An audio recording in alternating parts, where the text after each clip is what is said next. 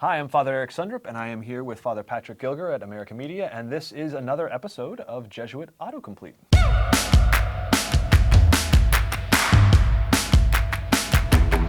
thought they'd be tired of us by now. They may be, but we keep going.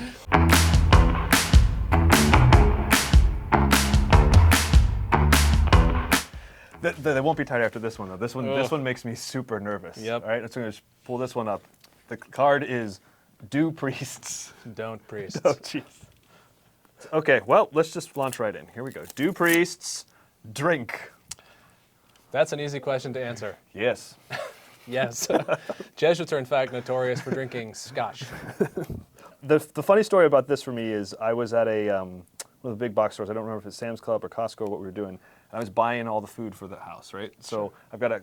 I've got a cart full of basically food for the next 3 months, and then I also have a cart with a lot of liquor, which is basically liquor for the house for like the next 4 or 5 months.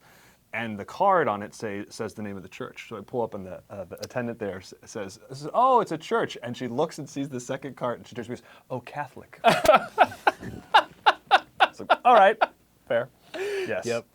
Yes, like the other normal humans. Now, this is a good question. Do priests then also all the problems that could be associated with that? Is there alcoholism and all that? Yes. So we need to work with those problems too, just like anybody else. No question. Yep. Do priests get married? Not Catholic ones. Well, there is a loophole. That's right. Very, very, very rarely. There are some diocesan priests who are, in fact, married. Now, the main way that happens in the Roman Catholic Church is for priests who have been ordained in another denomination, who have converted to Catholicism. Their ordination can be ratified or transferred to the Catholic Church. So you see some former Episcopalians or some former Lutherans who have become Roman Catholic priests and are in fact married. That can definitely happen. And outside of that, the major, which is not an exception, but the major other example of Catholic priests who are married are the Eastern churches. Yes, Eastern rites. And in the Eastern Rite churches, it is in fact very normal to have priests who are married. Now, bishops observe the norm of celibacy in the Eastern churches, but that is not a norm for the local clergy at the parish. Do priests go to confession? Yes, frequently. Yes. Yeah. Yeah, I think it's a really important practice for me. I know that we're not supposed to have like a favorite sacrament, like a parent's not supposed to have a favorite child. But they all do. Yeah. But my favorite sacrament, to be honest, is hearing confessions. I really, really love it. I mean, it's a joy to be able to be with people when they are so honest before the Lord.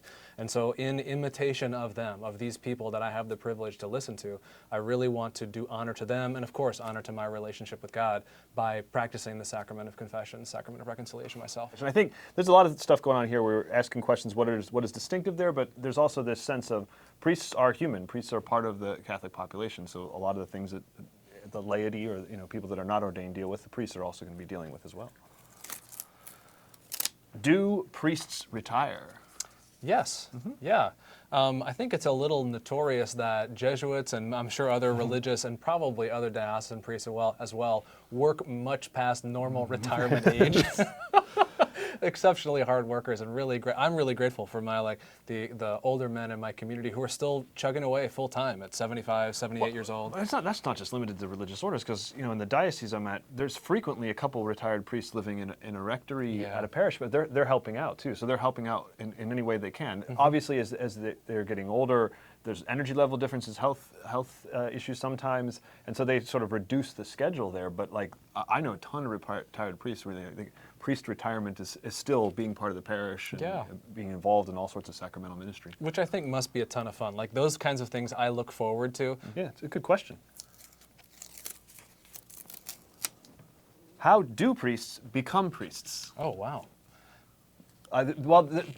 We've been making this reference as we've been talking about this between sort of, I think, if you think two major distinctions between religious orders and diocesans. The formation for the priesthood is similar across everybody that's becoming a priest, but the formation can be added to or supplemented for religious orders in some ways, or it can be done a little differently in seminaries. So you'll frequently hear the term seminaries, and that would basically be like priest school, I guess would be the best way of describing that, where they're studying philosophy and theology in preparation for ordination. So there's a lot of philosophy and a lot of theology study that go into that, as well as practicum, getting used to what are the roles you're going to have to do, what are you going to be expected to do in the church. But the Jesuit formation is 11 years, so we add a lot of different experiences and other things into that formation for a Jesuit priest. We're a little slow.